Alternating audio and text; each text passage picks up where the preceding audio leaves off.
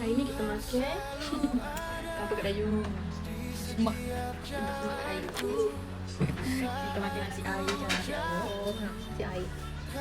Nasi air baby. Ni ke apa? Dayu. Kopiang. Kopiang. Pulsa. Ada kopiang.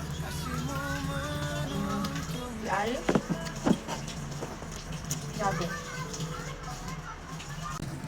Yang paling sedap. Ada ya, sedap tak? Ya, sedap tak? Ya, sedap tak? Keluar. Si air ada telur asin.